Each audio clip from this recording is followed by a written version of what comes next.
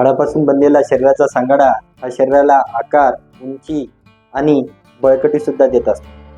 हाडाच्या ठिकाणी असणारा calcium phosphate यावरती हाडाची बळकटी अवलंबून असते.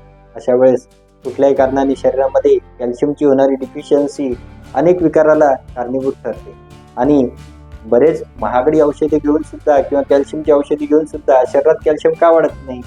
कॅल्शियम न वाढण्यामागे कारणं कुठली, त्याची जाणवणारी लक्षणं कुठली आणि त्यामध्ये नैसर्गिक स्वरूपात कॅल्शियम वाढीसाठी काय पर्याय केले पाहिजे हे जाणून घेऊया आजच्या व्हिडिओच्या माध्यमातून. नमस्कार, मी डॉक्टर विशाल राठोड, आयुर्वेदाचार्य. गेली 14 वर्ष आयुर्वेदाची प्रॅक्टिस मी करत करतो.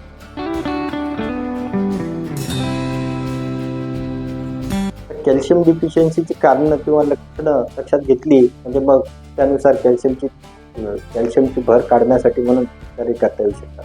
त्यातला पहिला प्रकार म्हणजे मांसपेशीच्या ठिकाणी सतत वाढणाऱ्या वेदना, क्रॅम्प्स.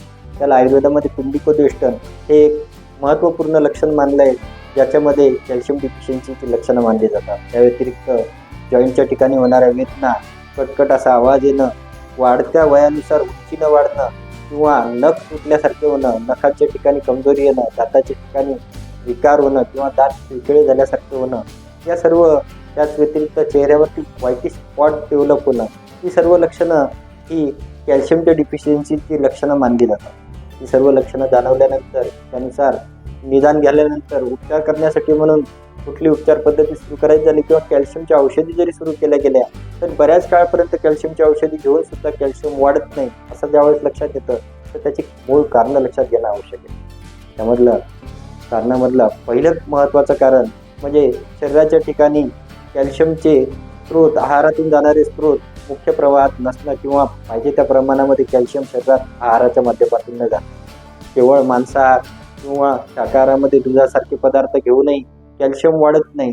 याचं मूळ कारण म्हणजे पचनामध्ये सुद्धा दुसरा प्रकार जाणवतो. बऱ्याच वेळा काही लोकांमध्ये पचन मंद असतं आणि अशा पचन मंद असताना सुद्धा घेतलेल्या आहारामधून मांसाहार किंवा दुधासारखे कॅल्शियम रिसोर्स वाढवले जातात, परंतु शरीरात पचन मंद असल्यामुळे घेतलेल्या आहारातून कॅल्शियम सुद्धा पाहिजे त्या प्रमाणात शरीरामध्ये स्वीकारल्या जात नाही आणि असं वेस्टेज झालेलं शरीरातलं कॅल्शियम हे पचनही मंद करतं आणि कॅल्शियमची ॲब्सॉर्प्शन सुद्धा मंद होतं. आता तिसरा प्रकार म्हणजे शरीराच्या ठिकाणी लागणारा कॅल्शियम ॲब्सॉर्प्शन हे मुळात मात्र व्हिटॅमिन D3 वर अवलंबून असतं. शरीरात व्हिटॅमिन D3चा सगळ्यात मोठा सोर्स म्हणजे सकाळचा मिळणारा कोवळा सूर्यप्रकाश. या कोवळ्या सूर्यप्रकाशामध्ये तयार स्वतःच्या स्किनच्या संपर्कामध्ये आल्यानंतर स्किन खाली व्हिटॅमिन D3चं जनरेशन होतं आणि या जनरेट झालेला व्हिटॅमिन D3 हा आपल्या शरीरामध्ये आहारातून तयार होणाऱ्या किंवा पोषक मिळणाऱ्या कॅल्शियमचं शरीरामध्ये हाडाच्या ठिकाणी ॲब्सॉर्प्शन करत असतो. मुळात बऱ्याच प्रमाणात फ्लॅट संस्कृती किंवा मग सकाळचे लेट उठण्याच्या सवयी किंवा पूर्ण कपडे घालून शरीरामध्ये कुठलाही व्यायाम नसणारं या सर्व कंडिशनमुळे सूर्यप्रकाशाचा संपर्क मात्र फार कमी येतो. दीर्घकालीन आजारामध्ये सुद्धा शरीरामध्ये कॅल्शियम कमी होत असतं. त्याच व्यतिरिक्त साखर किंवा मिठाचा वापर ही सुद्धा अतिप्रमाणात केल्याने कॅल्शियमचं शरीरामधलं ॲब्सॉर्प्शन थांबतं. कॅल्शियमचे चॅनल्स क्लोज व्हायला लागतात किंवा शरीरामधला क्लेद वाढतो आणि क्लेद वाढल्यामुळे शरीरामध्ये आहार अपक्व राहायला लागतो. ही सुद्धा यामागची महत्त्वाची कारण आहे. आता व्यसनाधीनता, त्या व्यतिरिक्त दीर्घकालीन कुठल्या हार्मोनल मेडिसिन ही सुद्धा कॅल्शियम ॲब्सॉर्प्शनची महत्त्वाची कारणं. या कारणामुळे सुद्धा शरीरामध्ये कॅल्शियम पाहिजे त्या प्रमाणात ॲब्सॉर्ब होते. आता ही कारणं बघितल्यानंतर मात्र आपल्याला रिसोर्स कुठले आणि ते कशा पद्धतीने घेतले तर नैसर्गिक स्वरूपामध्ये कॅल्शियम वाढवायचं म्हणजे काय करायचं? तर नैसर्गिक स्वरूपामध्ये कॅल्शियम वाढवायचं तर त्यासाठी म्हणून आपल्या आहारामध्ये पचन व्यवस्थित राहील याची काळजी घेतली पाहिजे. पचनाव्यतिरिक्त शरीरामध्ये सकाळचा कोवळा सूर्यप्रकाश मिळावा ही त्यासाठी पहिली क्रायटेरिया आहे. त्या व्यतिरिक्त तेलबियाच्या चटण्या या आहारामध्ये राहणं हे उत्तम कॅल्शियमचा सोर्स सुद्धा आहे.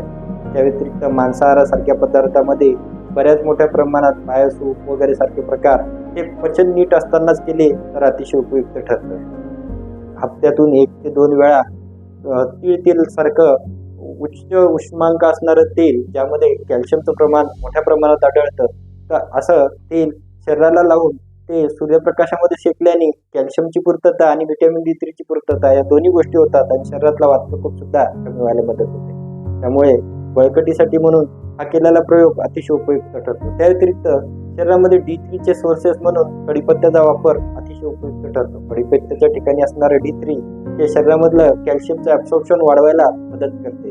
त्यामुळे आहारामध्ये कढीपत्त्याचा समावेश करणं, त्या व्यतिरिक्त सकाळी रसायन काळी केवळ डिंकाचा बोरा एवढा खडा रोज उकळत्या पाण्यामध्ये ठेवून आणि तो थंड झालेलं पाणी एवढ्या प्रमाणात डिंक विरघळलेलं पाणी पिऊन उरलेला खडा बाजूला फेकणं, हे सुद्धा शरीरामध्ये कॅल्शियमची लेवल इम्प्रूव्ह करण्यासाठी मदत करतं.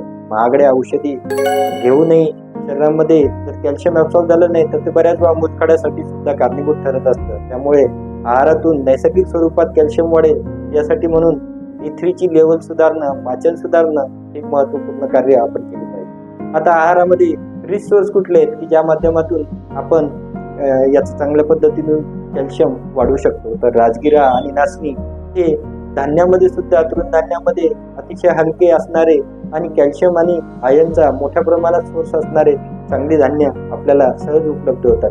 ते भाकरीच्या स्वरूपात किंवा आहारामध्ये कुठल्याही द्रव्यामध्ये त्याचा भगर झाला किंवा भाकरीच्या स्वरूपामध्ये त्याचा उपयोग केला तर अतिशय उपयुक्त ठरतो. त्या व्यतिरिक्त फळामध्ये ऑरेंज झालं किंवा संत्रा झाला, ड्रायफ्रुट्समध्ये जर्दाळू आणि बदाम सारखे तेलबियाचे ड्रायफ्रुट्स सुद्धा अतिशय उच्च कॅल्शियमचे सोर्सेस सुद्धा मानले जातात. त्यामुळे या प्रकारापैकी कुठलेही उपयोगी येणारे द्रव्य आपण घेतली आणि फळामध्ये सुद्धा याचा वापर केला, आपण या सर्व गोष्टी सांभाळताना पाचन सांभाळणं आणि व्हिटॅमिन D3 वाढवणं हे फार उपयुक्त ठरतं. त्यासाठी म्हणून सूर्यप्रकाशामध्ये फिरणं, सकाळच्या वेळेला हलकासा व्यायाम घेणं, हप्त्यातून 1 ते 2 वेळा अभ्यंग स्नेह करणं हे सुद्धा कॅल्शियम वाढीसाठी उपयुक्त ठरतं. हाडाची बळकटी कॅल्शियमवर अवलंबून असल्यामुळे आपल्या शरीरामध्ये वात प्रकोप टळावा आणि दीर्घकाळापर्यंत शरीराला बळकटी टिकावी यासाठी कॅल्शियम शरीरात सतत वाढणं आवश्यक आहे किंवा ते टिकणंही आवश्यक आहे. म्हणून दूध कसं घ्यावं आणि दुधाच्या वेळा कशा पाळाव्या हे पुढच्या व्हिडिओमध्ये जरूर बघू. त्याचाही वापर आपण जरूर केला पाहिजे, कारण योग्य पद्धतीने घेतलेलं दूध हे कॅल्शियम शरीरामधलं संपूर्ण आहाराचं पाचनही करतं आणि पोषणही करतं. नाहीतर दुधामुळे होणारे प्रकार किंवा अजीर्ण हे मोठ्या स्वरूपात असतात. म्हणून दुधाच्या या वापराचा आणि इतरही ज्या आपण सांगितलेल्या गोष्टी आपण जर आपल्या आहारामध्ये समाविष्ट केल्या आणि योग्य पद्धतीने पाचनाच्या वेळा सांभाळून जर केल्या तर कॅल्शियम वाढीला मात्र नक्की उपयोग होतो. आपण सुद्धा याचा उपयोग करावा आणि कॅल्शियम डिफिशियन्सीने होणाऱ्या अनेक आजारांपासून आपला स्वतःचा प्रतिबंधात्मक बचाव करावा.